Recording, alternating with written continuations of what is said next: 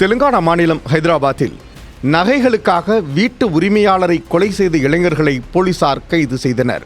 ஹைதராபாத் மல்லாப்பூர் பகுதியைச் சேர்ந்தவர் சூரெட்டி சுஜாதா. 65 வயது முதியவரான சூரெட்டி தனியே வசித்து வந்துள்ளார். இவரது வீட்டில் கோனசீமா மாவட்டம் கொத்தப்பள்ளி கிராமத்தைச் சேர்ந்த கேப் ஓட்டுநரான அஞ்சுபாபு என்பவர் கடந்த 2 நாட்களுக்கு முன்பு வாடகைக்கு வந்துள்ளார்.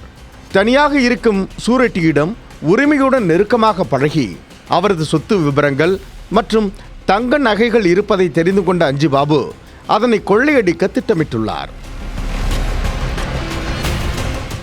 அதன்படி கடந்த 19ஆம் தேதி இரவு நேரத்தில் தனியே இருந்த சூரெட்டியின் கழுத்தை நெரித்து கொலை செய்த அஞ்சுபாபு தங்க நகைகளை கொள்ளையடித்துள்ளார்.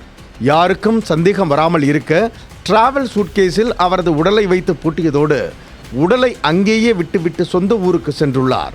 மறுநாள் தனது நண்பர்களான யுவராஜ், துர்காராவ் ஆகியோருடன் வாடகை காரை எடுத்து வந்து சூரெட்டியின் உடலை எடுத்துச் சென்று கிருஷ்ணலங்கா அருகே கோதாவரி ஆற்றில் தூக்கி எறிந்துள்ளனர். கடந்த 24ஆம் தேதி சூரெட்டியின் வீட்டிற்கு அவரது சகோதரி ஸ்வர்ணலதா சென்றுள்ளார்.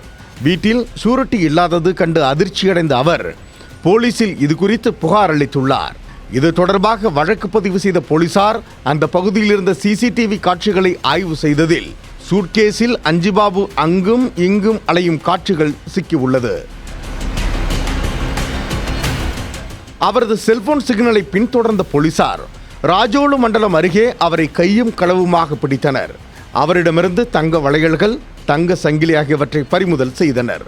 அவர் அளித்த தகவலின் அடிப்படையில் அவரது நண்பர்களான யுவராஜ், துர்காராவ் ஆகியோரை கைது செய்து போலீசார் சிறையில் அடைத்தனர்.